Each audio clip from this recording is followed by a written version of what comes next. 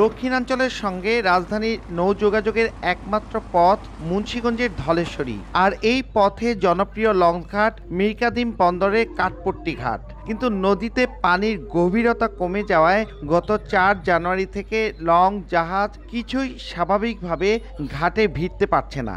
আর দীর্ঘ দিন ধরে বন্ধ হয়ে গেছে তালতলা, বেতকা ও আবদুল্লাপুর লঞ্চঘাট।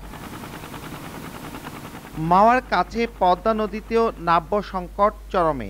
স্থানীয়রা বলছেন লোক দেখানো ড্রেজিং কাজে আসছে না। ট্রলার সহ নানা নৌযান চলছে জোয়ার ভাটার উপর নির্ভর করে। আমাদের এদিকে যদি ভালো করে ড্রেজিং না করে আমরা তো চলতে পারব না। যদি ড্রেজিং করতো তো নদী থাকতো, গভীর থাকতো আর সুন্দর হইতো। জায়গায় জায়গায় চর পড়ে গেছে।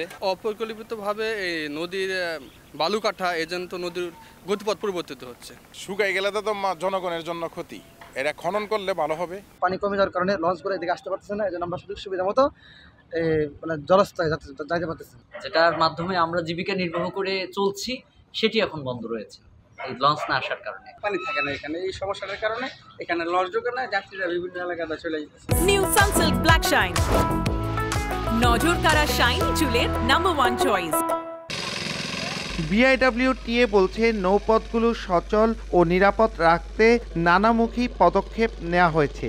নৌযান সমূহকে নিরাপদে বার্থিংয়ের জন্য সিমেন্ট এলাকায় 4টি মোরিং বয়া স্থাপন করা আছে। পদ্মা চরামায় এলাকা যেখানে সংকট তৈরি হয় আমরা সেখানে সার্ভে করি, ম্যানুয়াল সার্ভে, হাইড্রোগ্রাফিক সার্ভে করার পরে সেখানে আমরা প্রয়োজনীয় মাফিক বয়া, বিকন, লাইট, তারপর হচ্ছে বাঁশের মার্কা দ্বারা আমরা সেটাকে মার্কিং করে দিচ্ছি। মুন্সিগঞ্জে পদ্মা, মেঘনা, ধলেশ্বরী ও ইছামতি নদীর 109 কিলোমিটার নৌরুট।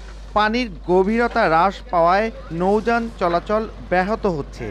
নৌপথে নাব্যতা সংকট মোকাবেলা করে নৌ চলাচল স্বাভাবিক রাখতে ড্রেজিং ছাড়াও বয়াবাতি সহ নানা রকম সংকেত স্থাপন করছে বিআইডব্লিউটিএ। মুন্সিগঞ্জের মাওয়া থেকে নাসিরউদ্দিন উজ্জ্বল, সময় সংবাদ।